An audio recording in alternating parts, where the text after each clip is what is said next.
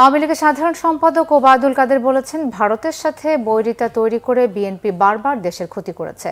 জাতীয় স্বার্থ বিকিয়ে নয়, পারস্পরিক সম্মান সুসম্পর্কের দ্বারা আলোচনার মাধ্যমে সব সমস্যার সমাধান করে আওয়ামী লীগ। ওবায়দুল কাদের আরো বলেন, বেগম জিয়ার মতো ভারতে গিয়ে আওয়ামী লীগ দেশের স্বার্থের কথা ভুলে যায় না। রুকনুজ্জামানের রিপোর্ট। বৃহস্পতিবার আওয়ামী লীগের কেন্দ্রীয় কার্যালয়ে বঙ্গবন্ধু এভিনিউয়ে দলের বিভিন্ন অঙ্গ ও সহযোগী সংগঠনের নেতাদের সাথে বৈঠক করেন কেন্দ্রীয় নেতৃবৃন্দ।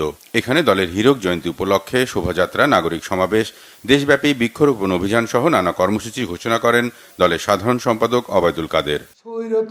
প্রধানমন্ত্রীর আসন্ন ভারত সফর নিয়ে বিএনপির সমালোচনার জবাবও দেন আওয়ামী লীগের সাধারণ সম্পাদক।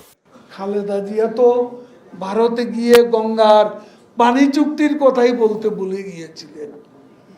তারা ভারতের সাথে বৈরী সম্পর্ক সৃষ্টি করে বাংলাদেশেরই সবচেয়ে বেশি ক্ষতি করেছে, যেটা আমরা করতে চাই না। ক্ষমতায় থাকতে ভারতের সাথে দ্বিপাক্ষিক সম্পর্কের ক্ষেত্রে দেশের স্বার্থ রক্ষায় বিএনপির ব্যর্থতার কথাও স্মরণ করিয়ে দেন ওবায়দুল কাদের। আমরা বন্ধুত্বপূর্ণ, ভারসাম্যমূলক, সম্মানজনক, পারস্পরিক আমরা কূটনীতি চাই।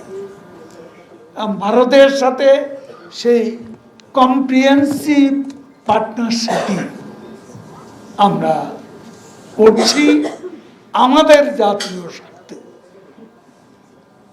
এই সম্পর্ক আমাদের জাতীয় স্বার্থে, আমাদের জাতীয় স্বার্থকে বিকিয়ে দিয়ে আমরা কারোর সাথে কোনো সম্পর্ক করি। সিলেটে পানিবন্দী মানুষের সাহায্যে সরকারের ত্রাণ তৎপরতার কথা জানিয়ে দুর্গত মানুষের পাশে দাঁড়াতে দলের নেতাকর্মীদের প্রতি আহ্বানও জানান আওয়ামী লীগের সাধারণ সম্পাদক। মাননীয় প্রধানমন্ত্রী নিয়মিত সিলেট অঞ্চলে বন্যা পরিস্থিতি খোঁজখবর নিচ্ছেন এবং এ ব্যাপারে আওয়ামী লীগের নেতাকর্মীদের যাতে